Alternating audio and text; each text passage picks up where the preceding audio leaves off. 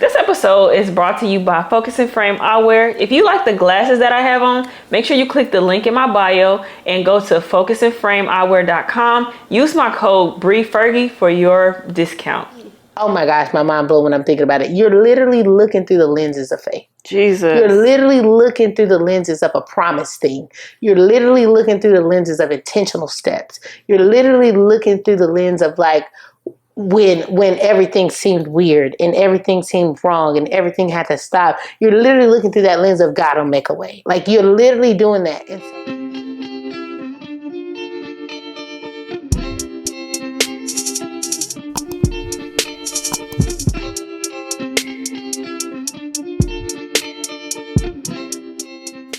What's up, y'all? Thank you so much for tuning in to another episode of Let It Be the Podcast.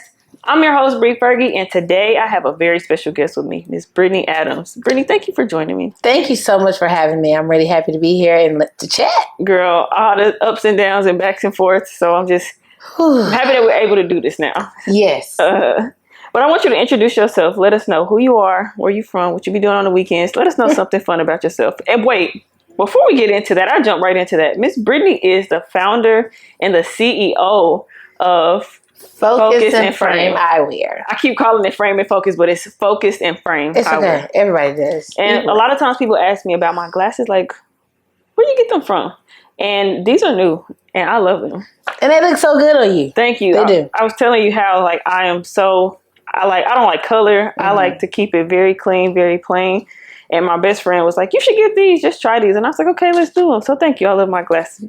I love that you said that because that really goes into kind of who we are. We believe you should have fun with it. Mm-hmm. We want to have different styles. And if glasses are super expensive, you're going to be like crippling anxiety mm-hmm. trying to figure out which ones to choose from because you're like, this ain't no cheap, I got to keep this for a while. And mm-hmm. so by keeping you in mind, our customers in mind, we keep prices in that thought of, having a range of prices and being affordable so you can be able to try new things like color. Yeah, I love it. Mm-hmm. So, Brittney, tell us about you. Tell us where you're from.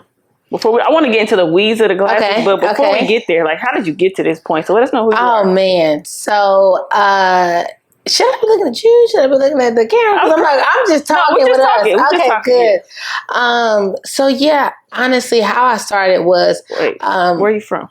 Where I'm from. Yes, you're right. So I was born in Dallas, but we lived in very far North Dallas, really forever. And then we moved to Illinois for a little while, then back to North Dallas. So far North Dallas, like the Colony, Little M area. Then I went to school in Houston. So it's kind of equal each part. And now I'm back on the far north side in the Little M area again. Okay, what do you like to do for fun outside of like being a business owner? I know that take up a lot of your time. Yes. Man, a lot of nothing. I love I do love to do things, but like if I get only a little bit of time, I'd rather just kind of chill out at home, mm-hmm. watch TV, decompress. And then also I love to go on trips. But like I'm not the trip person that like we got to do this thing at 2:00, 2:30, mm-hmm. 3:00. You kind of go with the flow. Yeah, so I like that because then the other trips you feel like you need a vacation mm-hmm. after your vacation. But yes, I love what I like to do. Those things are expensive things, and so that's not the season I'm in right now. Listen, I feel you. Where's one of your most favorite places that you've traveled? Oh man. Cabo, Mexico. Okay. We just had a good time. Like, mm-hmm. We actually went for our honeymoon, I believe, and we was just chilling, young and dumb, and just hanging out. And the weather was nice, the water was nice, and it was like a lot of nothing to do. And that's my favorite thing to do. I love that. I went to Cabo a couple years ago with one of my friends. Mm-hmm. We stayed on a resort, which is I love that. I did get sick coming back because they said you're not supposed to drink the water. I didn't drink the water, but I don't know if it was the vegetables or fruit. I don't know what it is, but I was towed down afterwards. Oh, man. I was like, I would never forget Cabo. That happened to me, and we were on a jet ski, and it flipped over in the ocean. And so that's the last time I've been in the water. Listen, I could have a whole conversation about that. But after that, I was like, you know what? I'm kind of cool on the water for now. So I think I want to travel somewhere else. I'm ready. Really? See, I like the aesthetic of the water. Like to be near it, edge of it, by it, looking at it. I'm not the person to let's go deep in the waves. Go in it. Listen. After that, I was like, girl, you really I thought I was about to die. I really did. Like one of my fears is like, what if I drift out in the ocean? Because it was already far deep. And I'm like, what if I drift out and they never find us again? Yeah. Because like you in the water. So I was like, because the ocean make you feel so small. It is. And so I was just like, you know what? So that was my experience with Cabo, but it is a beautiful place. So yeah, from a distance. Listen, now I've learned. I gotta ease my way back into being in the water. So being from Dallas, but your business has kind of taken you places. Yeah. But I want to know, speaking of taking you places, I'd like to talk about connections. Like, how did we meet each other? Oh, man. Yes. I remember exactly how we met. Okay. So it's so funny. Sometimes you got to do things where you don't feel like doing it and you just go places because you just feel like you're supposed to be there. Yeah. And so sometimes I do that kicking and screaming, right? Yep. So I met you at Dallas. What was it? Dallas Week? Startup Week or whatever. And it was nothing against Startup Week. It's an amazing event. I just was in the mind. I think I was networked out. I just was like, I'm tired. But something was like, hey, this is near your house. It was in Frisco. I was like, girl, go. Like, I done went to all these networking events on the other side of town. And so I went there and I was pretty content on like kind of staying in my bubble. But I met a couple people and you were one of the folks. And you were like, hey, asking me about the business. You had on some cute glasses and we chatted about that. And I was like, well, I just feel like I need to connect with you. So whatever you was talking about, I was like, yeah, immediately. Yeah. Yes. It's so funny when you say that because I'm literally in the same boat. The only reason why I had went to this, it was like some kind of workshop about podcasting. And I'm like one of the people, I don't know everything. So I always want to see what I can learn, how I can brush up on. Yeah. And at the time was like pretty fresh into my departure from my job. And so I was like, okay, God, I don't really know what I'm supposed to do, but I'm just going to put myself out there. And I had that idea. And I signed up for it, but then I was like, I got close to it, and I was like, oh, okay, I'm not going to go. But then my homegirl Alexis hit me up like, hey, let's go to Startup Week. And that was the only day that we went. Wasn't it? Was it more than one day? Yeah, it was. That was the only day that I went. And I was like, dang, she said something, so I guess I got to go. So I ended up going, and that was I had never done the Startup Week before. Yeah. And so I just was like, I don't really even know what I'm doing. But I was like, I feel like I'm supposed to go. And we were in this, I think we were in a session. I remember it was a guy from Snapchat, like the guy that's over the marketing for Snapchat. I think we were in there. And I just was like taking, nuggets. But I heard you asked a question or something and it rang in my ear. And God was like, go talk to her. And I was like, I don't want to. And there was a line of people talking to you. And I was like, so I had to wait. Because God be telling me to do stuff. And it was really just getting me out of my comfort zone. But I was like, I don't want to talk to nobody. Yes. But after you were done, I was like, I'm not finna wait. And so towards the end, we were going to listen to the keynote speaker and you walked by and I was like, now's my opportunity. So I just was like, I wanted to know more. It's because I never, I've seen people do influencer marketing and all that. And I don't deem myself as an influencer. I don't want to be known as no influencer. So I was like, well, I don't even know how this works. But it's like, just talk to her. And that's what we were just talking. I just had questions and I liked your glasses. Your glasses are Focus and Frame too. Of course. Yes. So I want to know, how did you, I'm sure, well, maybe, I've never met a kid that was like, I want to sell glasses when I get older. Me neither. Okay. Okay. But I want to know, when you was a kid, what was your dream? What did you want to do? So I've always wanted to do big things. And I don't think I really understood how to direct that energy. One of the big things I thought I wanted to be a talk show host. I thought I was going to be the next Oprah Winfrey. I really did. I did. And the older I get, I was like, yeah, publicly talking about things to people that I may, meet for the first time. I don't know if that's my my superpower. I think people can do that in much more authentic ways, kind of like you. Yeah. So yeah, that wasn't my calling, but that's what I thought I wanted to be. And then after that, I wanted to be a business owner. So you went from talk show host to business owner. Yeah. How I don't know, but I just knew I was going to have a business. Didn't know what. So would you say, when you told me that you studied marketing in college, it's crazy how that worked out. Like, maybe at the time, I don't know if that was your plan when you was in school, but at the time it kind of worked out. I thought so. In school, I thought I wanted to work at an ad agency. So my major was advertising, my minor was marketing, and I got a certification in sales. Okay. And so I was like, it's crazy how God be working stuff together, ain't it? Isn't it? No. Every time when the people was like, how are you able to connect all the dots? I was like, it's going to be crazy when I tell you. And so I thought I was working for I thought I wanted to work for an advertising agency in college. That's when you kind of water down your dreams. It's like, I want to own a business. Something that's, And it's like, maybe I just want to work in an advertising company. And God's like, yeah, let's run it back. Something that you can hold in your hand. Like, I'm doing it. Literally me. When I was, because I knew before, I had all these ideas of like what I thought I wanted to be when I was younger. Yeah. But I didn't really know, like, can I actually do that? Like, I never really saw myself as like a grown up doing all these things. But I used to live vicariously through like media. So I've always been drawn to like media entertainment. But I was like, well, how would I be able to get on there? Because I can't sing. I used to low key write rhymes when I was little and I thought I was going to be a rapper, but no, girl, no. You still can be. I mean, I might have a song or two. You might, bring it back. Like, I don't know if it'll ever come out, but anyways, so those are my things. But I was like, well, what else could I do that's still kind of like that? That's like adjacent to that. And I used to listen to the radio in Kansas City because that was like the biggest thing at the time. And I would take these cassette tapes. You know what cassette tapes are.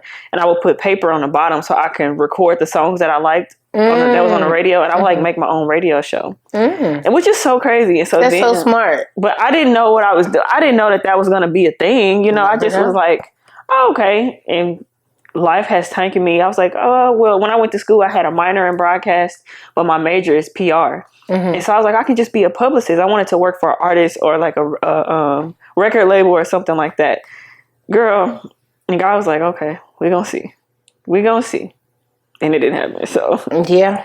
But it's okay. You got elements of it. Yeah, but it's crazy how, like, at the time, doing that way back then to go on this crazy life journey to bring me right back to that childlike faith kind of thing. So I want to know, like, when you go to school, you study advertisement, what did you do? Did you try to work for an agency when you got out of school? Or did you? No. I had got an internship with, like, a staffing agency. And I thought I was big stuff because I wasn't the staffing. I wasn't the employees. I worked for the staffing company because I met the CEO in college. She's actually one of my sorority sisters. And I was like, oh, I got me a little office and I'm getting, writing people's like onboarding paperwork. And, I don't think I was good at it. I don't think I was good at it. And then right after that, I was just trying to navigate. My main objective was not moving back to Dallas. Okay. You were in Houston? Yeah, I was in Houston. Okay. And I just did not want to move to Dallas. And I was like, it's just not my life here. I got everything. I'm a big girl now. And eventually I ran out of money. Ran out of places to sleep. And crying. I know. And so I was like, I came back and then I kind of figured out.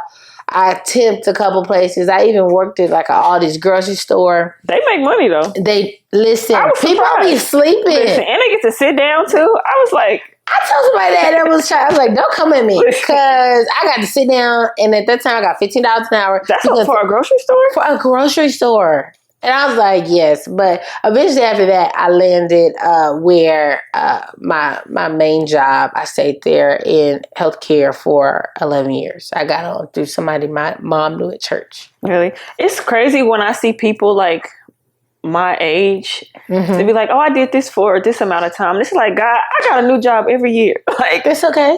But now I understand why. But when I see people that's been able to do something and like thrive in it, even if it's for a season, it's like, dang girl, why was you hopping and bopping everywhere? Because that was literally me. Every year I had something new that I was trying to find myself, really. But you're mistaking being somewhere for thriving somewhere. Oh, I was just there. Okay. If I would have known what I knew towards the end, I stayed in my role way too long. Really? It was way, like, I just was there because it was a job. And I knew, like, there's something more. So kudos to the people who can act on those things, because I don't know if we live in that era anymore of, like, our parents and our grandparents staying somewhere 20 years to get in the retirement situation. I think now, I don't know if that always serves us. Sometimes it does, but if I could do it over again, I would never have stayed. I stayed in one of those roles for 8 years. Really? And I just was like, that's entirely too long.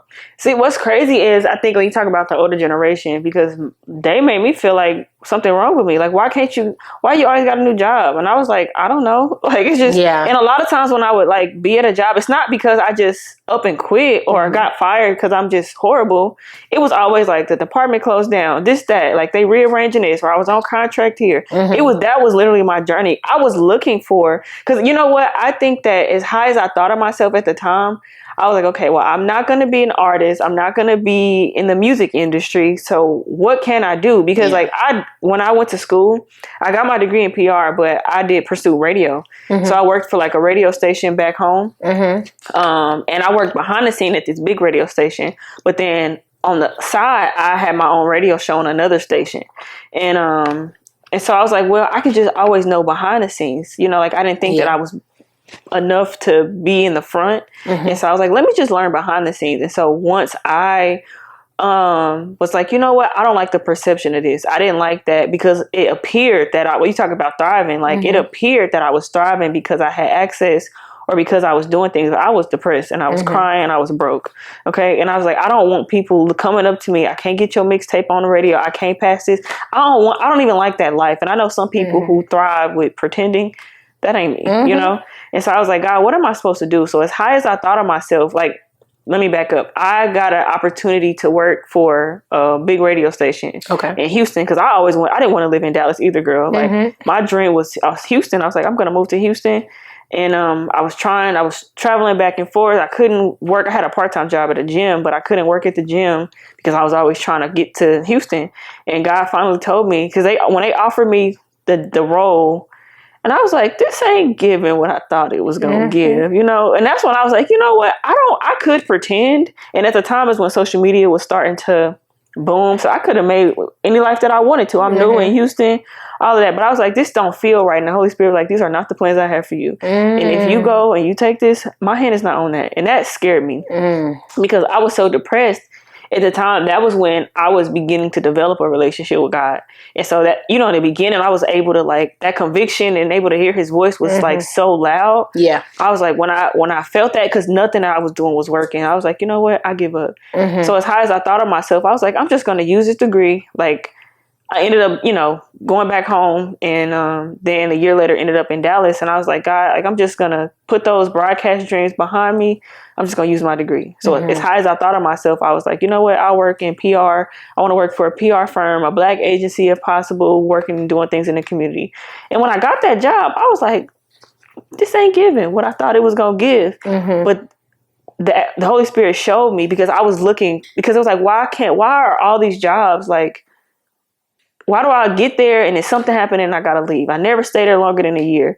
And I was like, I was looking for something to define me. Yeah. Because I felt like I had failed out or I wasn't good enough for my dream. So God, like, give me this to define me, make me feel like I have purpose. And once I got the as big as I thought, everything that I wanted, I got it. And I was like, dang, this sucks. And that's what made me surrender. I was like, okay, God, what am I supposed to do? Yeah. Literally, it took that. So. That's crazy. Yeah, I think we live in an age of pretending. People think that it's great. It's like, but it's like, I want to, like, you can pretend, but so much. How do you feel when you're going home, when you're leaving work, when you're at work? Those are the things you got to contend with. And so pretending don't really serve that. Girl. And so, yeah, I'm glad you pivoted out of that. Yeah, but I feel like it's literally a faith journey, and that's what I wanted to talk to you about, because I know having a business, I'm learning, okay, but to have something that you're selling things, and you know, like this, and then it's taking you so many different places. I want to know, like, how do you go from working in advertising to now you're gonna be a business owner? Like, who planted that seed? Where did that come from? Again, so kind of back to what you were saying about how these things are in us as a kid, and you just like, you never let it go. And so I never let that go. And so from graduating from advertising and then going to corporate America, I just seen that.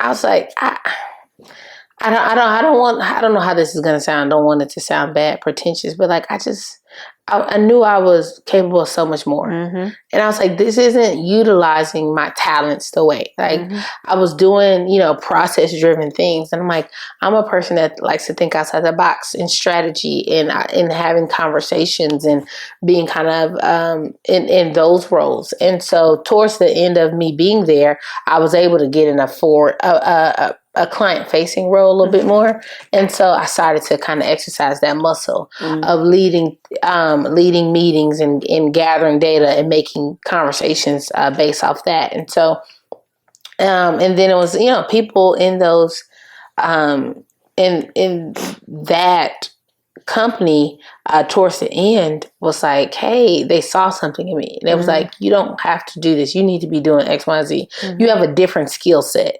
And so I never felt empowered like I did in those moments. And so once I did that, I started the business. And when I started the business, it's kind of wild. I just felt like God put it on my heart. I didn't have an optical background at all. I didn't even know too much about glasses, except for I go to my annual appointment, I pick the glasses on the wall, and I go home. That's it. And so when God put it on my heart, I started to research, and I researched kind of the whole industry. And then when God puts something on your heart, it's not that it's easy, but it's intentional, and He will intentionally place the right people in that path to answer questions and to guide you in that way. So He allowed me to partner with the lab to help understand this process. And so as I was doing that, I was like, okay. And so it was all a faith walk. Again, from knowing nothing to running a organization where that was the main thing. He opened so many doors and had me meet so many people, but also on the back end had me in that room on that computer researching and going up to people and asking the questions and figuring out and discovering. And so that's kind of how I got in there and how I started it. Just from being, and I love that because it shows that God will literally work all things together. Oh, for sure. Even when you don't, because like you said, you were just kind of there at your job, but I feel you, like there's so much more that I can do. So much more. That's why I think I hopped so much, because I was like, this ain't it. There's something else. Like, and I don't like to feel confined to anything. I don't want to be stuck nowhere.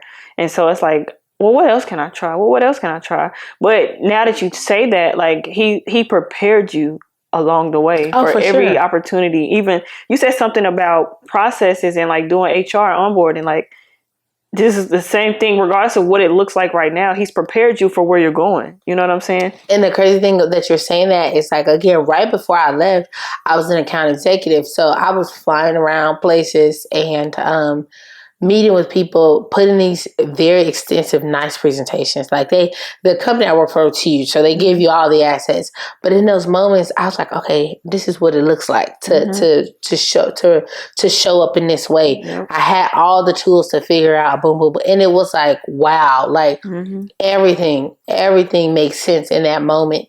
Even in kind of the backtrack here, a lot of people don't know this, is COVID kind of helped me start my business. So not when I started in January, I didn't know what this whole COVID thing was going to be. So I just started like, okay, God put it on my heart, I'm going to start doing this.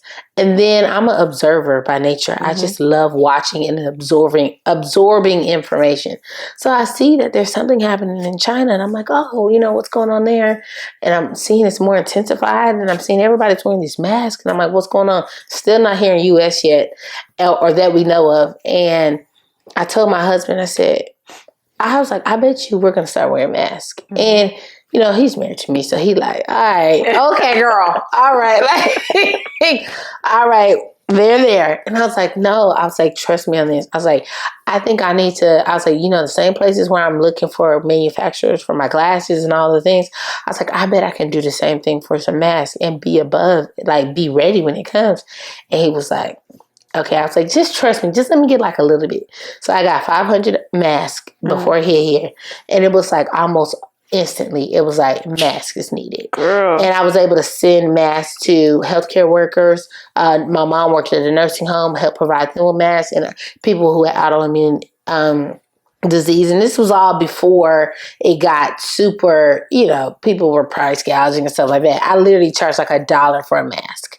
But, and I had them in packages and whatever. So I ordered 500, then I would order 1,000. They would say, or 1,000. And I just kept doing that. And that money helped fund my business. But it also found a way, it helped me realize you can fund your business and grow a business, but also help people. I was giving people something that they needed. And then once it started price gouging and all the things, I kind of got out of it at that point because that's just not my heart. I want to be ethical. But again, all things happen to help me get to that point. That helped me understand logistics as far as like, how long products take to get from here and there. It helped me understand supply and demand. It helped me understand pricing. It helped me understand observing markets. It helped me understand storage and how to do all those things. And so I know that felt kind of off, but it just made me, when I think about stuff like that, it's like God uses everything, even bad things or presumably bad things.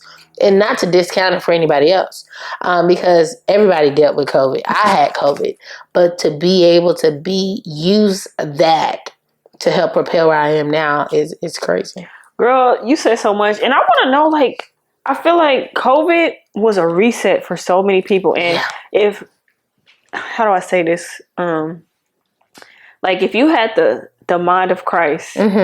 And you could feel that nudge when he's like, hey, because I feel like he shook a lot of us. But a lot of us just kind of like existed in it and then just went on about life like normal. But I feel like some people, especially people who you are seeing kind of thrive now, it's like we took advantage of that time. Whether it was internal work, God, what are you showing me, God? Why am I, what is this? What's happening? How is this? Because that's where the podcast started during COVID, around that time. For COVID, it was like, okay, God, I don't feel fulfilled doing this job. What am I supposed to do? And he's like, what I told you to do already. But I was like, well, I don't have enough and I don't know this. He said, all you have is all you need. And I think at the time, it was probably like Pastor Mike Todd or something was saying that. And it spoke to me about crazy faith. And so that's, like I told you, I started my podcast with a $400 iPad and a $40 microphone from Amazon. Literally, that's how I started it in my earplugs. That's exactly how it started. But at that time, it showed me how to, and I'm so glad that that I got a chance to practice around that time so I can learn how to edit, so I can learn how to do marketing and all that. You know what I'm saying? And so I feel like a lot of times, like, we don't understand, like, we get stuck in what's right now that we think like, dang, why is this happening? Well, now it's just going to allow those moments for God to allow God to show you who he is in those moments. Yeah. Because those moments is like helped us where we are right now. I feel like God paused us for a reason, Oh, he did. And some people took advantage of it and some people didn't.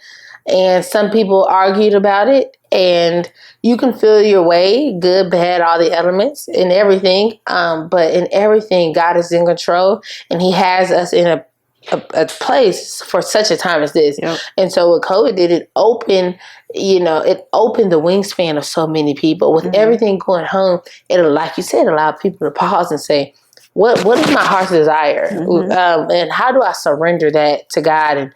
And where does he want me to go? Like, you can hear him more. And people, instead of in those quiet moments, you can let one or two people in. You can let the enemy in and let him talk to you like, you're insecure. Like, you ain't good for nothing.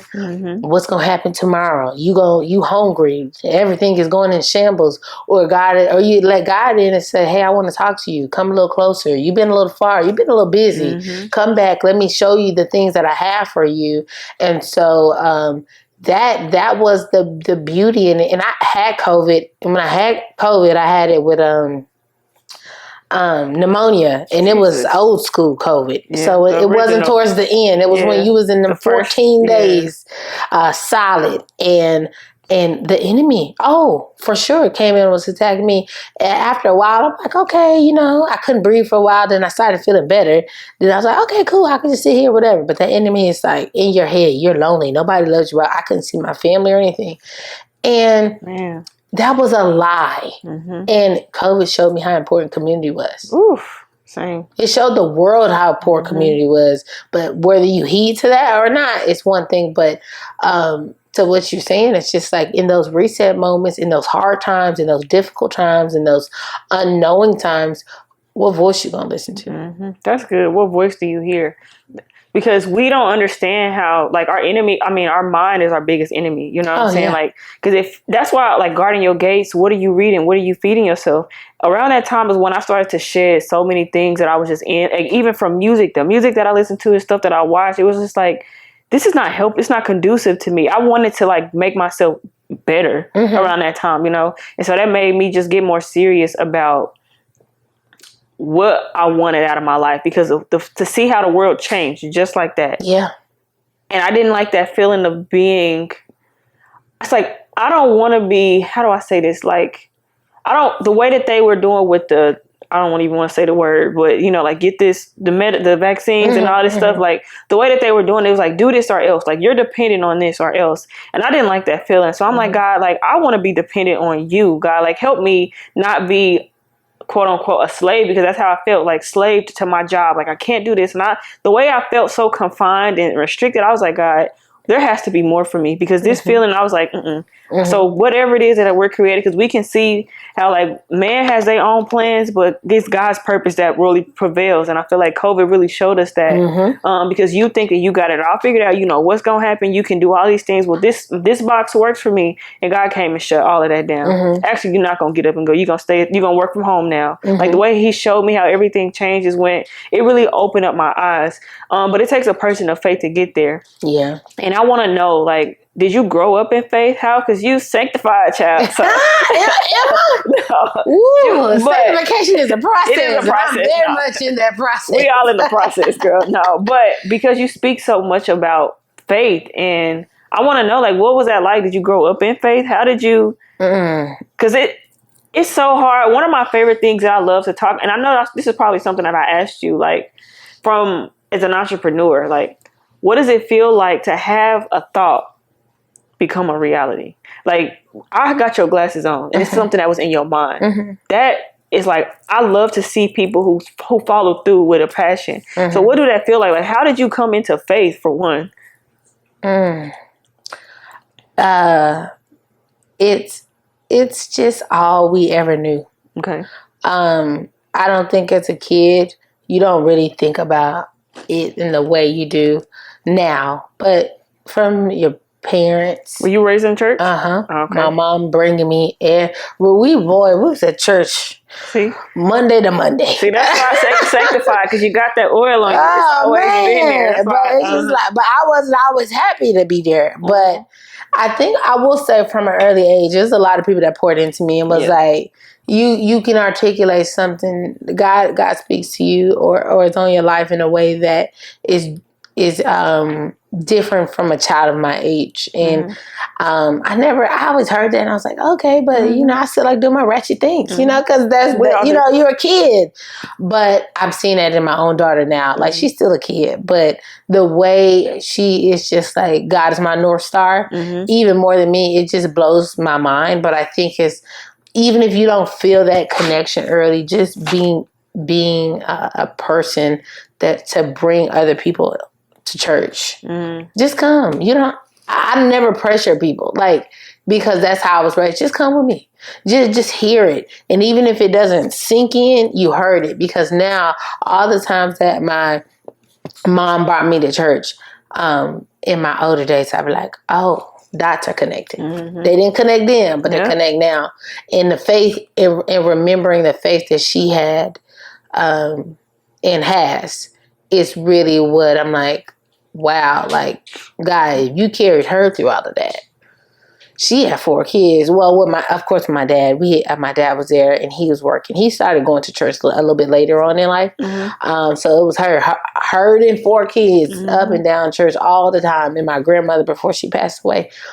But yeah, like, just seeing that, and just, it's okay if buttons don't click now. They'll click later. You'll need them. It's like you're putting oil in a reservoir and you're just waiting for the time you need it. And so that's kind of how I was raised. I love that. But that's why the Bible talks about like train up a child in the way that they should go. And when they're older, they won't depart. Because it's like you have to trust, even as you as a mom, like what you're teaching your child, she's watching how you live. That is her, like her North Star is God because your North Star is God. You know what I'm saying? So it's like, if you expose a child to that when they get older, because like for me, I'll say this, my dad instilled, like I've always had a reverence for God, but I was scared of him. Like I didn't know him as like my friend or like a father. So I was only scared. And I thought like, well, you already messed up. So just go all the way out. You know what I'm saying? And I lived my life like that for a while. But it wasn't until like just when my godmoms or my dad's faith like couldn't carry me. It was like when I need to know like who are you for real. So I want to ask you like, what has been like one of the biggest like tests of your faith, like whether it's with your business or not, something that was like made you know like, oh, you for real and you for real about me. Yeah. And not to be cliche, it was the business, but it wasn't just I started the business before I left my job in corporate America, but it's when I left corporate America. I remember so vividly multiple times, but one time specifically, like just sitting in my car and I was like, all right, God, there's nothing else. There's no more checks. And granted, I think we talked to it before. Yes, I'm married, but God, my struggle is not dependent on him. Like we work together in those things, but when God has something for you to walk through it, that's exactly who's going to walk through it, you. And I remember the amounts that I was bringing into the household, and we sold our house and we moved to an apartment, and I had this guilt of like changing our whole life around. My family and the kids, everybody was on board, so I was thankful for that. But I just remember so vividly sitting in the car like, God, I don't know what's about to happen. Like, I don't have no job. Like, what have I done? And I was spiraling. Like, what did I do to my kids? What did I do to my husband? What did I do to myself? How am I going to eat? How am I going to live? And I just remember just crying and just like, I'm to the point where knowing God and what he can and how much he loves you and the things he does for you, knowing it was one thing, but I was in a point where it's like, I needed God like the air that I breathe. I think I tell people all the time, I think I treated God like parsley. Like it's nice. I put it on things like, oh, the Lord's great. But like when you need him, like the air in your lungs, I was like, I will not be able to take care of myself or help with my family if you don't do it. Like if you don't do it, it won't be done. Like that song is for real. And so I was just crying, and I just remember singing that song, I need you now. Oh, I need you now. Because I needed him to show up in a way, like you said, when your parents' faith run out. Like that's what my faith had to carry my kids. And that's when it changed for me. And that was literally, I've been fully full-time entrepreneurship for just over a year now. And that's why when it got to a year, we didn't even tell anybody because we wanted it. We didn't want anybody to turn us around. I'm thankful that my husband was on board with it. But it didn't take away the sinking feeling that I had. And every day, it's like, I'll talk about this probably a little bit later, but the daily bread is a thing. Like, I need him every day. He has to give me provision every day. He has to find, like, there has to be money coming in every day. Like, and my store don't bring in money every day. And he just did it. And it's to the point I can't even, it's almost like I can't even get anxious anymore because the bread keep coming every day. And the bread don't look like what the world make you think the bread gonna look like. Oh, it's gonna be, you full-time entrepreneurship, you're gonna have it all, whatever. But he gonna give you exactly what you need for the same thing I was telling you, I was like, it's a tight season, but I'm the richest I've ever been. I've not gone without a thing. And when you realize that that's not connected to you at all, I always thought it was connected to me, that I was so smart, that I was a hard worker, that I could do the things. And God was like, I'm taking all that away. It's literally going to be me or nothing. And I've had some of those moments. I cry like all the time, just thinking about how he carried me.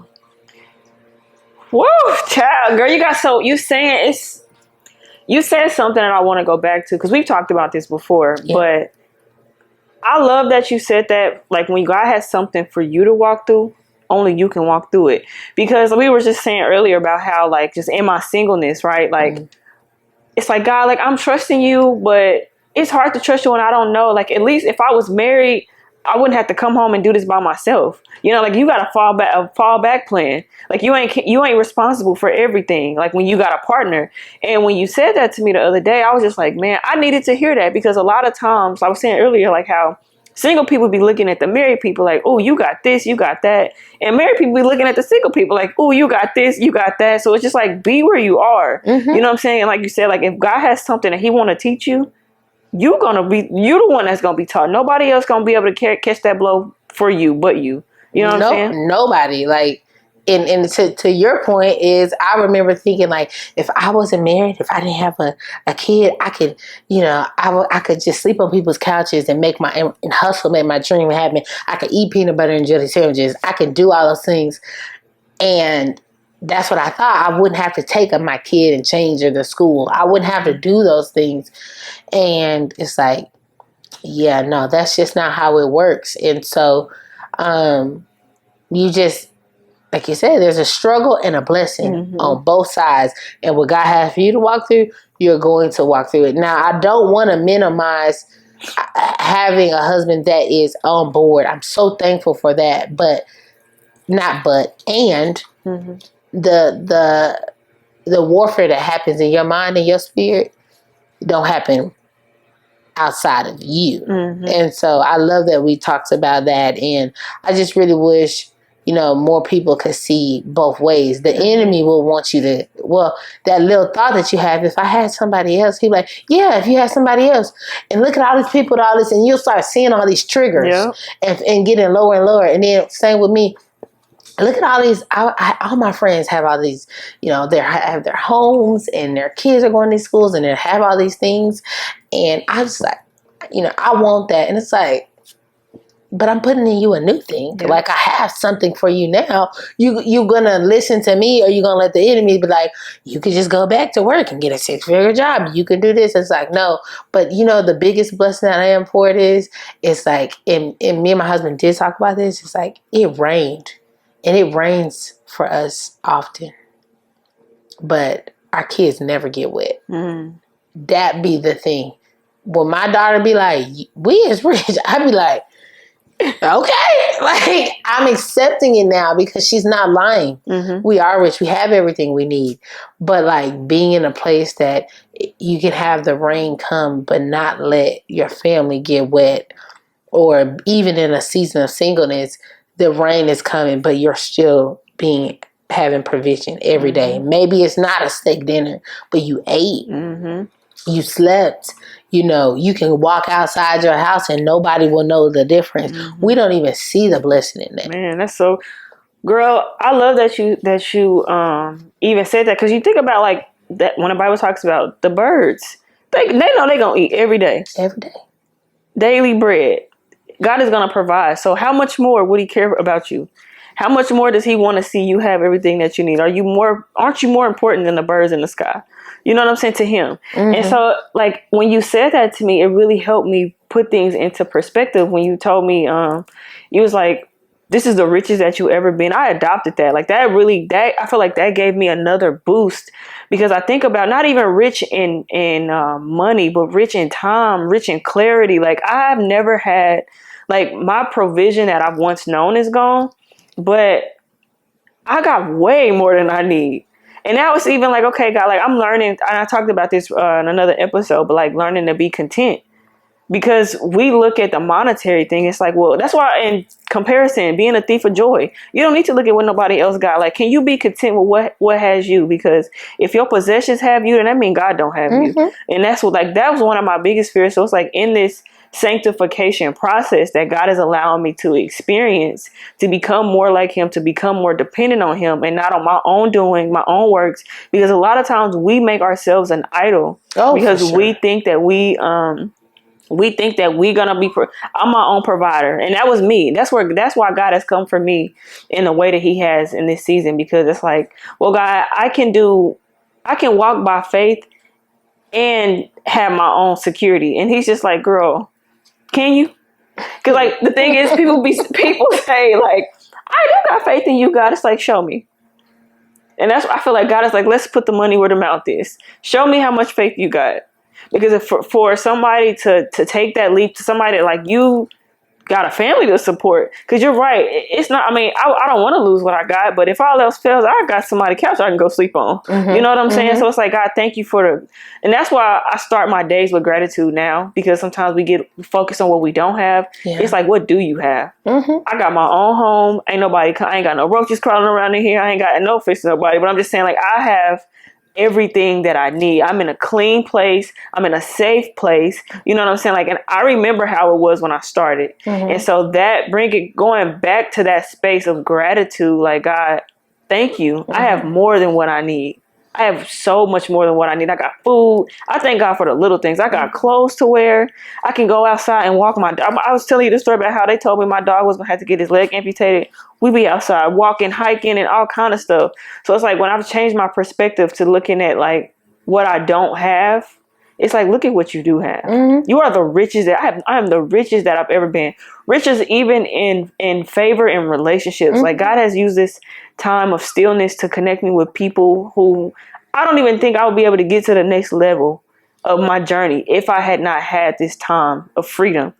Like, you know, so it's really a mindset thing, a perspective change, because we get caught up looking at what's over there. Oh, they got that. Well, I ain't got this, and you told me to do this, and it ain't work for me that way. But it's like, this is a thing that God's walking you through. So stop looking at, you don't know what their process was, or if they've even been processed by Him. Can I add something to that? Go ahead. I also want us to, and this is for me also, I want us to not look at what the other person has. Don't look at the other person has and be like, oh, you know what? I gotta be thankful for what God's done for me, because, you know, they got that house and they got all those things over there, and they probably going through hell in there. And this and that. Like, don't wish that on nobody. Because sometimes we don't even realize how the enemy be trying to get inside of our fake gratitude, because you're wishing something bad on somebody else. No, I pray that God has given you that house and you're thriving in it, or the walk or the job, or you're doing those things. Like, we don't have to minimize other people or give them a struggle because we want to feel better about ourselves. And I think I've been so guilty of that before. It was like, you don't know what's going on in their house. I pray only good things happen in your house, because we have to realize that, like you said, our journey, like we were talking about, our journey is our own journey. And so, because that person is doing good or bad, it's not going to help you. If anything, the better that they do helps the community all, you know, at large. And so that made me think about that, because I think we see that a lot of times, you know, trying to minimize other people's blessing. And two, it's like, when I get to the point, two things. When I get to that point, I know the journey that I walk. So God, thank you for this blessing, right? And then two, like, you don't know who's watching you even in this season. And that God has, He has graced me with the opportunity to be able to pour into other people, like in a close, like mentorship in a way. And so when God checked me about how I speak, about how I feel in this season. Because like you said, when I walk out this door, don't nobody know what I got going on. It's what do you call it? A persona that you carry, you know? And so it's like, when people see me thriving, they know, like, Reed took a leap of faith, you know, she's doing this. I want that kind of faith. Well, I see how because I do that. There's people that I look at like, wow, Because that was a prayer that I had earlier this year. Like, God, if this is what you want me to do, I need to be connected with other believers who are walking by faith for real. Because people say, like, I got faith, but no, I want to see the people who have taken a leap of faith, who failed, who had to start over, but they have not let go of the promise that you've given them. Yeah. Those are the people, so y'all, like, the people that God has placed, you are an answered prayer to me. And it's like God has allowed me the freedom to be able to get what I asked for, while still providing everything that I need. And so when God showed me, like, you are not your own protector, you are not your own provider, but if you surrender and submit to me and are obedient, there's so much more that I have for you. And it's not about the monetary. And so, like, when you said that, like, looking at other people and minimizing it, you don't know what journey people have walked. You don't know. You don't know. And that's what, like, keep your mouth off of people and judging them prematurely in a process, because you are there, or you have this revelation, or you have this understanding. God is using all of us in so many other ways that, there's a somebody for you. There's a somebody watching your journey. There's a somebody. So be mindful of how you speak about others, but how you speak about yourself. And I struggle with that today. Struggle with that. And I have to keep checking myself about it. I think I met another lady. It's about the time that I met you, and I was like, and it was kind of like you're like an answer prayer too, in the fact of, like, I want more people, like godly people, to be able to pour, not even to pour into me, just to be around me. Yeah. Because I know my tendency to just to veer off, and so I was meeting a lot of people so when you said that's like an answer prayer, I completely agree with you. Yeah. So when you talk about, like, the faith journey, because what I will say is, entrepreneurship, that is a test of faith. Okay, I've heard people say that until I'm living it, and even my mama was like, I've been wanting to ask you, but I used to be low key like a crash out, so she never really knew how to talk to me and ask me certain things. But I've worked on myself so I can communicate my feelings better. But she just was like, I've been wanting to ask you, but I just don't. I want to be sensitive, but, like, how are you surviving? Like, and it's like, I don't look at it like a negative thing. I'm like, girl, I am living on miracles, signs, and wonders. That's how I'm surviving. I wish I had something. I wish I knew, but it ain't money. Know. But listen, it's the Lord. It is faith and walking in faith. Like I said, people be saying, "Oh, I got it." Let me see. Let's see. Is it the parsley, or am I the manna, the bread? Listen, like, when it talks about in the Bible how, like, you can't build your house on sinking sand, because, like, that persona we talked about. What if I build my lifestyle? I mean, there's a certain way I do want to live. I'm grateful for how I live, but it's like, what if I pretended for how it looks? But then when the rain came, when the storm came, what's your faith going? What are you grounded on? When COVID came, if you ain't know Jesus and you sick, what's your faith going to stand on? When I honestly feel like, I don't know what, but there's something that's coming. Again, I feel like COVID was like it was a plague, but it was like a wake up call for us to say, hey, God was like, hey, who are you? Let me shake it. Let me shake the tree, And I feel like there's something else that's going to come. So it's like, what is your faith? Like, do you have faith for real? Like, for real faith. For real faith. For real faith. And I feel like entrepreneurship is just do I say that right? I don't know if I said it right. Entrepreneurship, you said it right. I was like, I don't know. I didn't know. I thought I had faith until I started walking in this.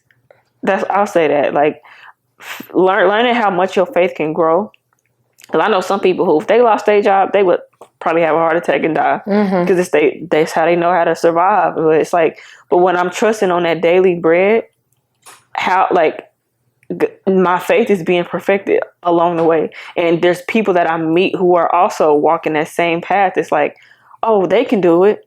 Oh, God, thank you for letting me not feel crazy. Because sometimes it's like a lonely feeling. Oh, yeah, for sure. It's like nobody understands. I'm doing this by myself. And like, thank you, God, for the grace to allow me to understand to allow me to be connected with somebody else who understands, Yeah. And so it's really like okay, God, like, on this journey.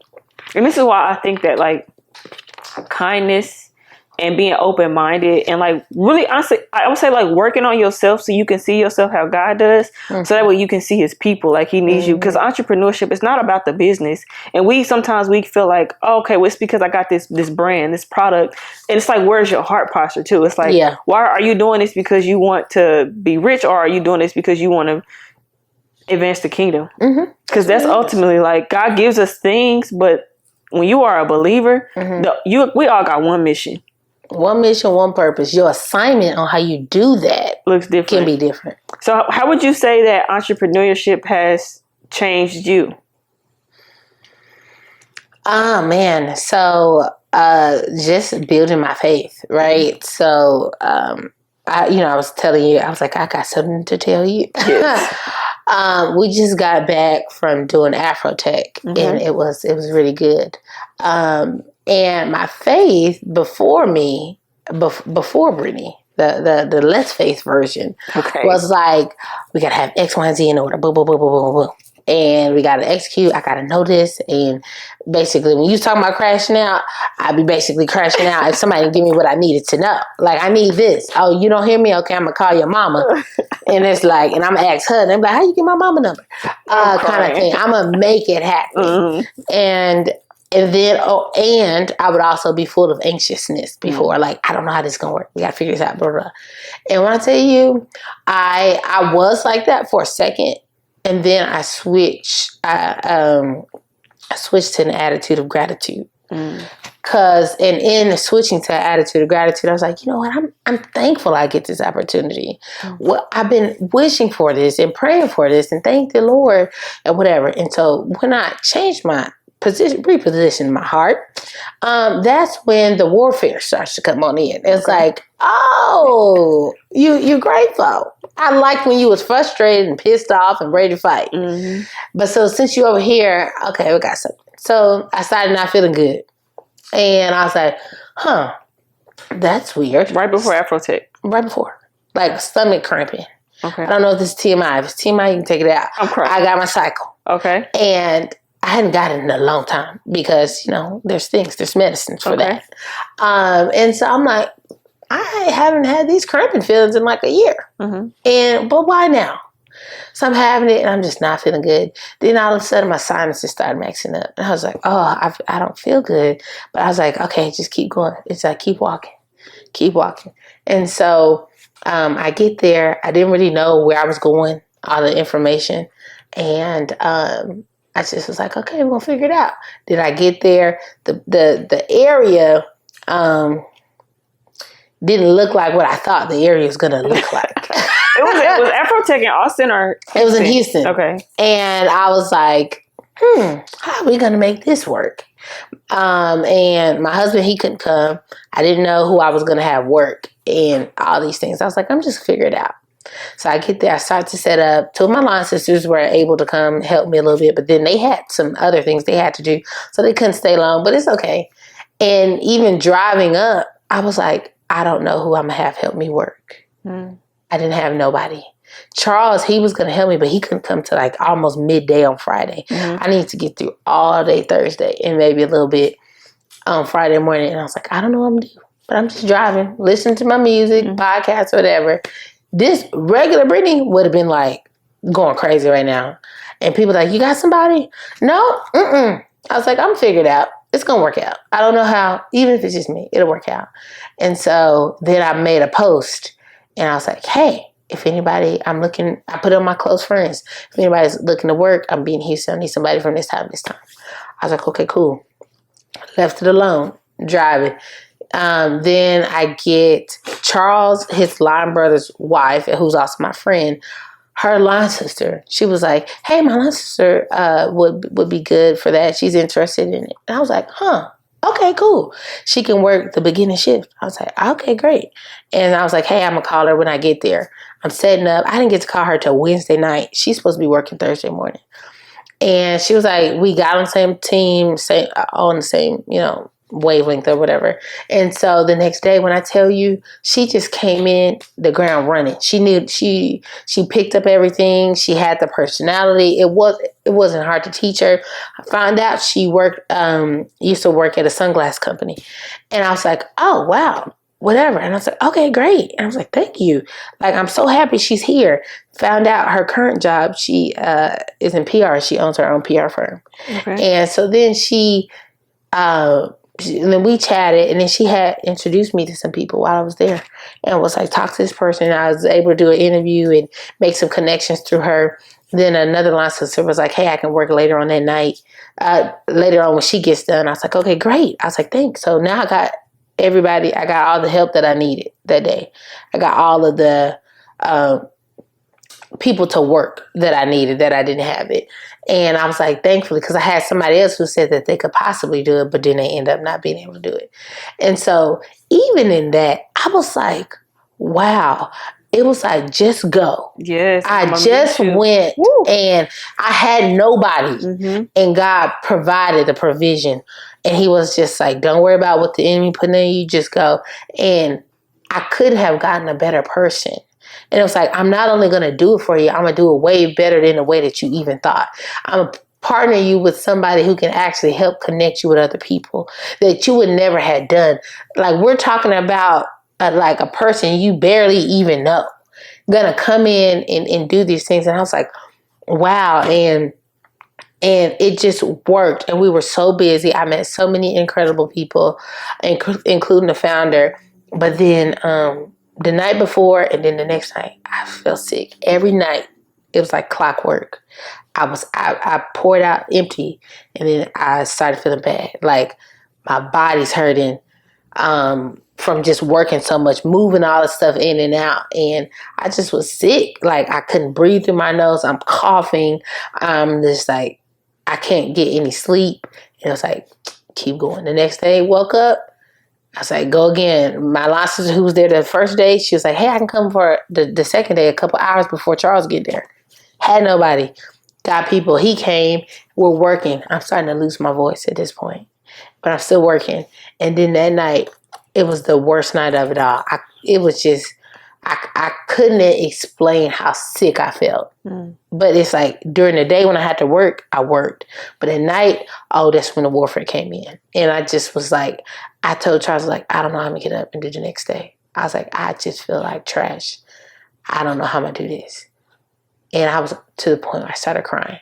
I just was like, I don't think I can do it. And when they say God, he won't give you more than you can bear. Actually, he will give you more than you can bear because he wants you to tap into him. Yep. And that was the only way, because everything outside of me was not enough. I had to get him. And so then the third day came and my voice is like, that's how I was. And I was like, I knew this had to be the enemy, because you're attacking the very thing that I need to keep this going. But I kept going. I kept walking. And provisions kept coming, and like I got tea brought to me, and just all, like, every need that I had came through.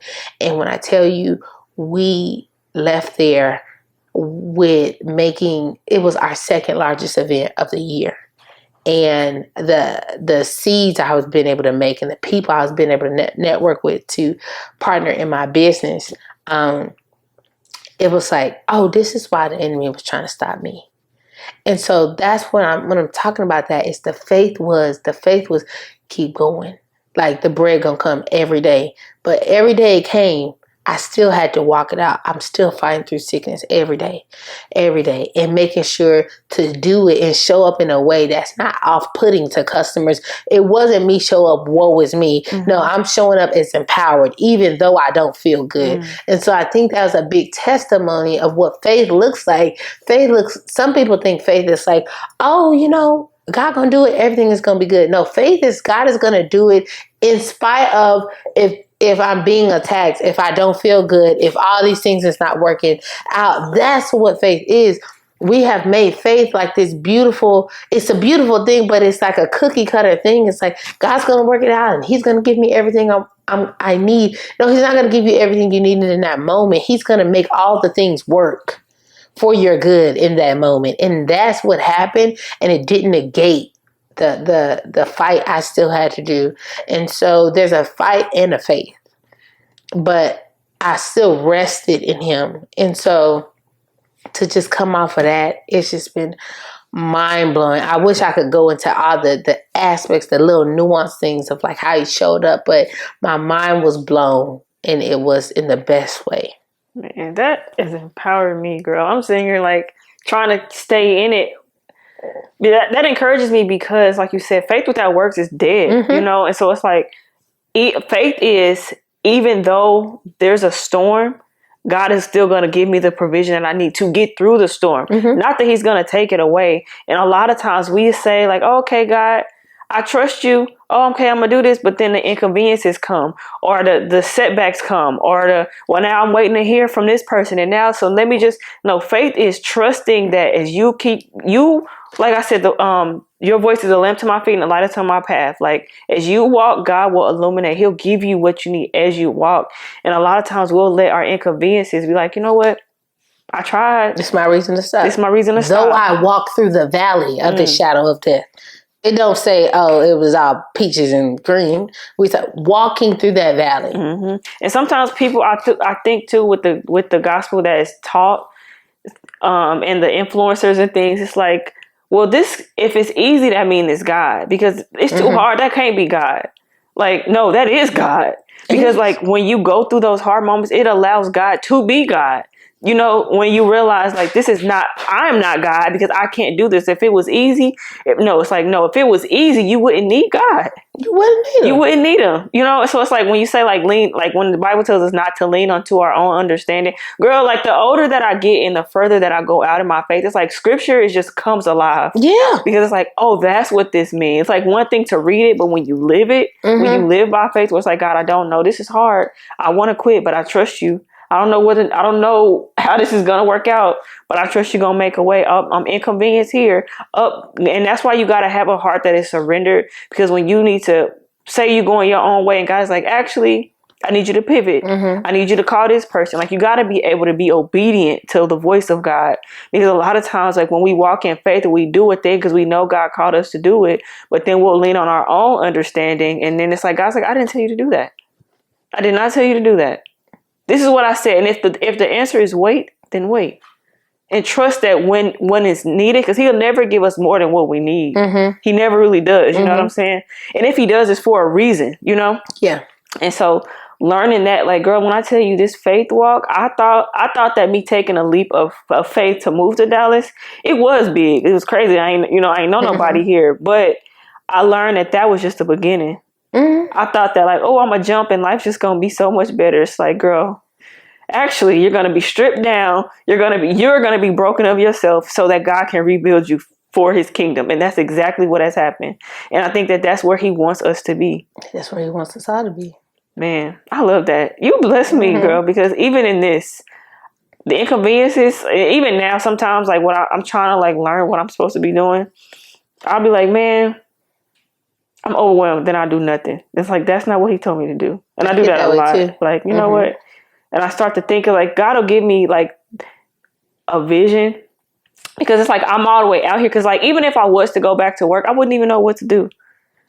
I wouldn't even know, like, the same way the other day, girl, because I think about it all the time. I'm like, okay, this was, because I was like, okay, God, well, this was beautiful, you know, like, and even as I was setting up the camera earlier, I thought out loud, but I was like, you don't really went far with this.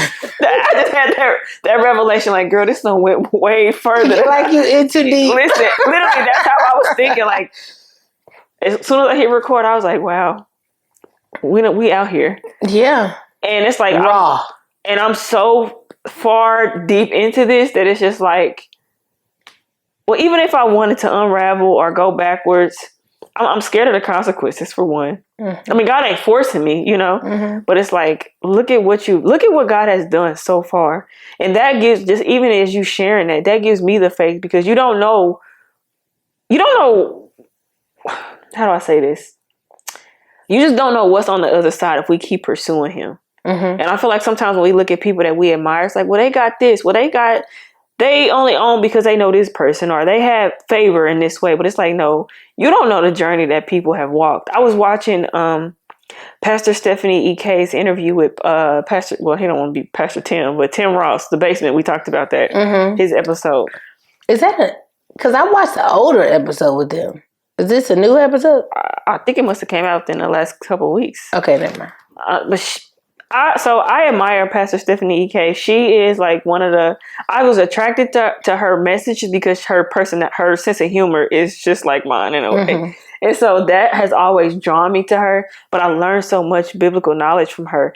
And I love I'm reading her book right now, but hearing her story about how like she went from being a party promoter to real estate into like, because you see her as Pastor Stephanie, but you don't know her journey to get there. Mm-hmm. And so it's like, dang, that's why I love to hear the story travel. And that's why this is so important to me. When I meet people that I'm inspired by, that's been able to pour into me. It's like, wow, we just see the thing, but we don't know what it took to get there. You really don't. And I love how you said she used to be a party promoter, because I think that goes to a conversation that we had of these things that God puts a thing in us, and it's just how we surrender it, how we steward it. That thing of being people drawn to you, and you're being able to get people's attention and people wanting to do that, you can use it for that, or you can use it for His glory. And I think sometimes, like I was talking to you, sometimes we try to minimize and play down, like, I don't ever want to be a party promoter. You know, that's demonic, whatever. Okay, whatever. But what's the root in that? Because whatever that root is, whatever that thing you're good at, whatever that desire is, God put that in you for a reason. Just because you used it wrong or used it in a way that didn't glorify Him didn't mean it's bad. And so use those things. And that happened for me with my personality. My personality can be one of one, and we're gonna ride to the wheels fall off. We're gonna have us a good time. Or I can steward myself and surrender myself to the Lord and draw all men on His behalf. So I love that you said that was her background. Yeah, it's like don't count yourself out because you're not there, which you like whatever your there is for the other person that you are. It's like, okay, God, you told me this, but I'm not there. But it's like there's a process. Faith is a journey, and it gets us a muscle. It's like, oh, okay, you work that first muscle, keep going. Now we're gonna work on your biceps. Now we're gonna work on your, like I think about that. It's something you have to exercise often.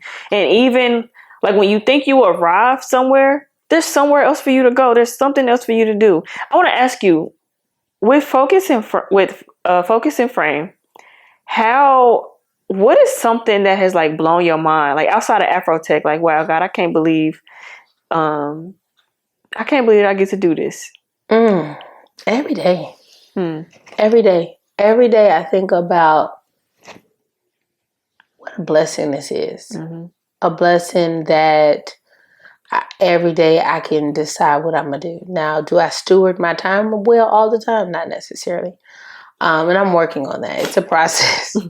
But just being able to know, again, my daughter's like my biggest mirror. To know that she's growing up in a place that she doesn't know anything else. Like, she just like, and the fact that she's so happy and she's so proud, and it's not like a whatever, my mom, has a business or whatever, but she feels she is happy about that. And I'm just honored to be able to show her that. And when I see people, again, when I see people like you, I see people wear my glasses all the time. And it's not even to the point, I used to, comment on the picture like, okay, I see you or whatever. And then I started realizing, Brittney, you're giving them something. They're just living life. And you get to be a part of that journey with them in your own way. And it's something maybe small to them, but it's big to me that I can be a part of your everyday life, how you see the world. Literally. And I just talked to, we've had people that have accomplished big things, and I see my glasses with them. I see people going through, and I see them in my glasses. I see a person who's come back and keeps getting the same frame year after year, to be able to have a year after year product, and they get the same thing, and they just update their prescription because that's how much they love it so much. Or the people who are coming to me and saying, I love my glasses, and they bring it out their purse. Or, God forbid, we had someone who passed away, and she was a lover of my glasses. And it just makes me think of like, I get to do life with thousands of people. And hopefully that goes beyond that. And that it never falls short on me. And it's like, I may not get a comment on everything, but when I tell you I have so much gratitude. And one of the words I told you and other people, like, what do I want to be? Like, what do I want my year to be? What do I want to feel like? I want to be impactful. And I think impactful is not necessarily I'm on everybody's TV screen or whatever. Impactful is that I can give you something to help you live your life in a better way. every single day. Oh, I love that. I love that answer. That is not what I thought you was going to say. And I love that because that is the heart posture that God wants. Yeah. And it's not, because it's not about, that's the heart posture that he wants. I'll just say that. And you just never know. Because I remember I was in Atlanta a couple of weeks ago, and this woman stopped me about the glasses that I had on. Mm-hmm. I was like, let me show you where to get some from. And I pulled up your website, and I was showing her. She was like, well, I was like, it's a black on, it's a woman on. So it's like, that inspired her, because you know what? Even when I think about your daughter, some people don't know that you can be black and a business owner. You can be black and have your own line of glasses. You can do complicated businesses, and you can do hard things. Literally. Mm-hmm. That is my favorite thing. That's why I said, like, how does it feel to have an idea? I got your glasses on. It's crazy. Like, to be honest, to be able to work with you, you gotta just bringing this to my mind. On my vision board, on the other side of this wall, mm-hmm. I wrote down this year I wanted to partner with a black-owned business. Mm-hmm. And so even as I say this, it's like, look how God did this. Yeah. Only God could do this. You know what I'm saying? It's like the same thing that, like, maybe something that you needed to be reminded or affirmed about, like, God has so much more for you. He really, really does. And like the doors that he's opening, the people that he wants to connect you to, like, this is just the beginning. But the fact to know that that's not even where your ambition is. It's like, oh, I just want to be. It's like, no, I want to be impactful in an everyday person, because that's what we need. Mm-hmm. Because I think a lot of times especially I think about our younger generation, we look at people who it's like, oh, I made it. Now I'm off and I'm untouchable to you. Mm-hmm. I'm better. It's like, no, like, not that you want to hinder your growth, but it's like, I can do that too. And it's not so unattainable. That's why this, like, with the podcast, one of the things that I like to do, I always want to, like, I engage with the people who are making the world around them greater. What are you doing? How are you using the gift that God has given you? Because ultimately, I want other people, whether you grown, young, or whatever, to see, like, it's for you too. Mm-hmm. If you just trust God, you don't have to stay in a box. Like, if you know that there's something that God has placed on the inside of you, then pursue it. Yeah. And just see. That's how I feel right now. I'm like, well, I'm just gonna see. If it don't work there's out, so much power in I just see. Let's just see. I was talking to somebody else about that. Literally, that's where my life is right now. I was just telling somebody the other day, like, if it don't work out the way that I can imagine, at least I got a chance to be free for a little bit. Mm-hmm. You know what I'm saying? And I'm okay with that. Because, like, I don't know. But as you take a step, and God was just showing me something that Stephanie said in her podcast, was like, sometimes we get so focused on the present that we forget to remember, what did he bring you through before? Mm-hmm. And so it's like, for me, it's like, even as I'm taking these larger strides in faith, it's like, well, God, I remember how you came through for me when I was sleeping on the floor. Mm-hmm. So it's like, well, why wouldn't he come through you now? And I'm not doing this for my glory. This has been a surrender and it's obedience. So, like, why wouldn't he come through again? Why wouldn't he? And so that's what keeps me encouraged. Like you said, when you told me, like, this is the richest that I've been, that has carried me. So thank you for that. And even for you too, to even be able to have that perspective, like, this is not the end. We're being processed. Yeah. Processed for wherever it is that he would have us to go. And, listening to you, listen to you and just looking and thinking about what we're talking about, how we're talking about faith. And it's like, our mission is to make disciples. Mm-hmm. And so that's why I'm so unapologetic in, like, speaking about my faith. Mm-hmm. I don't care if you're a business owner or a venture capitalist, whoever, you're gonna get this work. Mm-hmm. I'm gonna tell you how I research and all the things, but you're gonna know that God put it on my heart. And I say that because it just came to me that I'm dressing people in faith. Like, you don't have to be a believer. There's definitely people who don't believe in Jesus that bought glasses for me. But guess what? You're going to have a product of faith on you every time you wear those glasses. And it's going to be unapologetic. If you don't feel it, if you ever be interested in, I want to know about this company. Okay, well, when you find it out, you're going to see it's a part of the journey. I couldn't leave it out if I wanted to. And so bringing that faith is a little bit closer to people. And you don't even see, you're literally, oh my gosh, my mind blown when I'm thinking about it. You're literally looking through the lenses of faith. Jesus. You're literally looking through the lenses of a promise thing. You're literally looking through the lenses of intentional steps. You're literally looking through the lens of, like, when everything seemed weird and everything seemed wrong and everything had to stop, you're literally looking through that lens of God will make a way. Like, you're literally doing that. And so if I can just keep sharing that, that's how disciples are made. That's my assignment to get to my mission.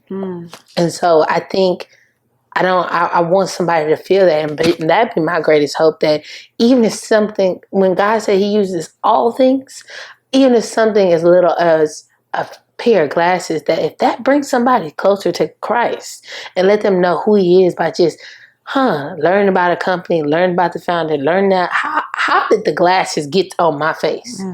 If that brings you to Christ, then I've done enough. Girl, that's good. I don't even think I got nothing else to say about that, because that's exactly where he wants us. That's how we met. Yep. That's how everything in my life has happened. And we just got to be unapologetic. And the same with you.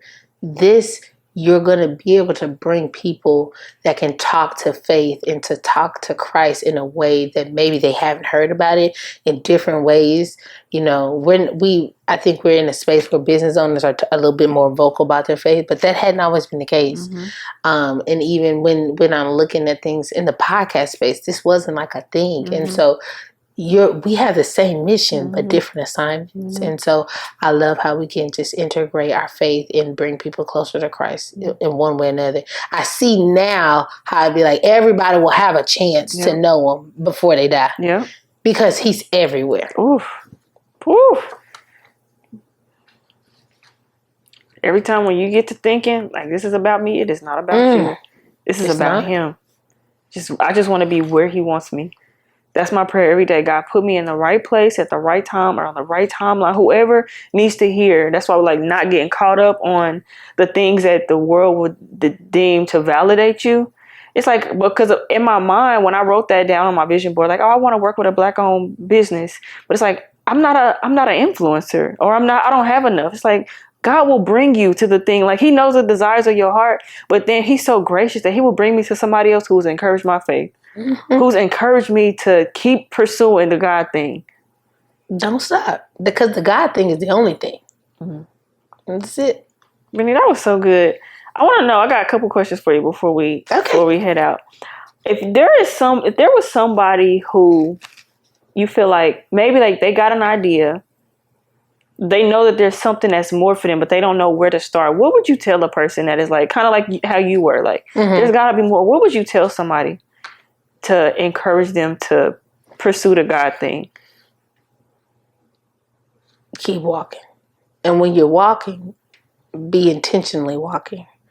Walk and do your job. Sometimes when we get this thing on our heart, we think it's a passive, whatever we're doing now, to kind of half do it. Because it's like, I ain't going to be here long anyway. No, keep walking. Keep doing things at a high level. Because it wasn't in my job. It wasn't until I actually started caring that I started being exposed to people who's like, oh, I see something in you. Can't nobody see nothing in a dim room. And so if you keep walking the things that you're supposed to do, your everyday job, and asking God, hey, God, I feel like there's something else in my heart. Help me understand, what is it that you wanted me to do? Where is it you wanted me to go? Let me surrender my thoughts and my desires to you. Help me do it. But sometimes we'll do that and we think, we stop doing the other thing. No. You keep walking in your everyday and you ask him and you petition him, help show me those things. And I think through that, it'll integrate in your walk and he'll start putting that person in your life that's going to confirm that thing that you already said, or say, hey, have you thought about this? Or have you thought about this? In the same way, when I started actually trying and that light came on and I started to get into trying in my job and people could see, oh, she has skills in a leadership thing. It's like, okay. So then a person was placed in my space, was like, hey, you're good at this. I can see this. Maybe you should try this and help you with this. And then it brought me to this, and then it brought me to this, and it brought me to the sales role. And then it, made me meet all the people. And then it's like, okay, so now you have the skills to do all the things. And it was never because I stopped doing what I was doing badly. That's actually the thing that the reason why I left the company, because I had so much respect for my team and for my leader that really did pour a lot into me. I was like, I can't do both at a high level anymore. I have too much respect for you to like do a trash job.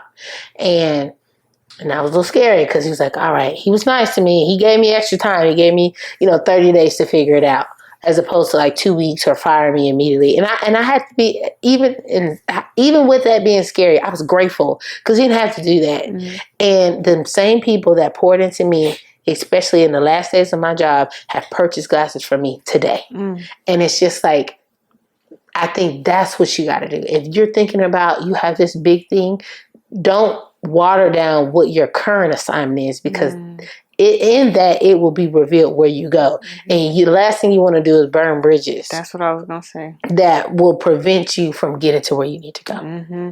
So like, and the Bible talks about like working all things unto the Lord, like, because we are a reflection of him. Yeah. And so it's like, be mindful of how you treat people. Be mindful of how you treat people when they can do nothing for you. Be mindful of how you treat people, even if like I feel, because I didn't do a good job at that. Sometimes I had jobs and I was just like, I hate this place. I don't want to be here, but it's like, you be mindful of how you treat people, how you talk to yourself, and how you handle the assignment that's in front of you right now. Because it don't mean it has to be your forever. It's like you're not being punished for being where you are, but maybe there's something that God want to show you or produce out of you, or you know what I'm saying? And so it's like, I love that. Just be mindful of like your current assignment. Don't let it, you don't know how damaging that could be for the next one. Because it's really a stewardship thing. It's a stewardship thing. When he gives the talents and he gives the 1 and the 5 and the 10, like he's giving. What are you gonna do with it? Like, and so you gonna bury it? Well, that's not what I wanted you to do. I wanted you to do something with it. Mm-hmm. So then I know that I can trust you to do things more. Yeah. And so it's a steward thing. I love that. That's literally my word of the year. God told me to just be a good steward, and I didn't know. I didn't understand. I thought it was just like my finances, but then once he swiveled that away, I was just like, what am I supposed to be a good steward of? So now I've looked at that from like my time, my health, everything. Like, so that's a good word, stewardship. Just steward where you are right now in the best way that you possibly can. This was good. This was good. Thank you so much. Because the way I was carrying on before this got started, I was like, God, I don't know how this gonna work out. Good. But so Let It Be. I did not put this in the email, but Let It Be has a playlist. Okay. And it's pretty much like a pick me up bank, something that I listen to when I need to just be reminded of who I am, whose I am, God's word. And it don't have to necessarily be a Christian song, but ain't nothing ratchet on there. But I want to add, if you have up to 3 songs that you would add to Let It Be the playlist, what would they be? Like, what you listening to right now? Well, one you already have, I'm sure, is Another Surrender. Oh, yeah. I know you have. Oh, yeah. The Woman Evolve. Listen. Yeah. Mind blown. The second one, or the first, whatever one you want to say, is it's by Jordan G. Welch. Okay.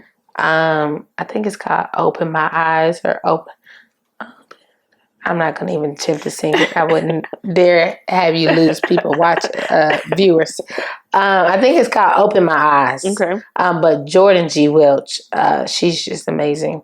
And then the last one would be Yahweh by Transformation Church. It's like a 12-minute song. I don't know why they made that song that long, but I am grateful because I love that song. My daughter be like, here you go, play this 12-minute song, and it's going to get us to where we need to go. But yeah, those, I really wish I had the better names. Yahweh, you can send them to me. Another Surrender, and the Open My Eyes. Oh, since you already have Another Surrender, I will add the Kari Cortez. Do it for me. Woo, girl, I've been here every crying. time. Yeah. Every time, because I just be like, if you don't do it, it just won't be done. Listen, thank you so much for all the nuggets and everything. And I'm so excited to be partnering with Focus and Frame. I'm excited to be partnering with you, girl. This conversation was everything. I answered prayer. The thing I did say I wanted to happen before the end of the year, I was like, I did want to be on, like, I wanted to be able to talk a little bit more. And so your answer prayer to that. Wow. And I have something in like 2 weeks. And yeah, everything is very intentional. I knew when we first chatted, I was like, oh, we're supposed to talk. Yeah. Like, we're supposed to meet each other. I even ended like talking to my husband about it. I was like, God just be bringing me all these God-fearing women, and I'm loving it. And so you're part of that, and I appreciate it. Thank you so much. So tell people how they can find Focus and Frame. How can they support you? Awesome. Okay, so focusandframeeyewear.com is for all your eyewear needs. Our Instagram, Focus and Frame Eyewear. Facebook, same name. Twitter or X is focus_and_frame. That's a weird one. TikTok is Focus and Frame Eyewear. Literally Pinterest, YouTube. It's all everywhere, girl. I am. Now, do I do everything at a good, high level? I don't know. Okay. But we're there. I'm showing up. I'm walking. Eventually that's going to change. But we're everywhere. Focus and Frame Eyewear. Okay. Well, thank you so much for tuning in to Let It Be the Podcast. I'm your host, Bree Fergie. You can find me on social media at Bree Fergie. You can follow the podcast and make sure you're subscribed. Like, people just be listening, but the subscriptions help. It helps promote and it helps share the message. So make sure you are subscribed to Let It Be the Podcast. I'm on all streaming platforms. You can watch it on YouTube. You can follow me on Instagram and TikTok at Bree Fergie, or you can go to BreeFergie.com if you have any questions. You interested in partnership, collaborations. But yes, thank you so much, Brittney, for joining me in this conversation. And until next time, I will talk to y'all later. Bye. Bye.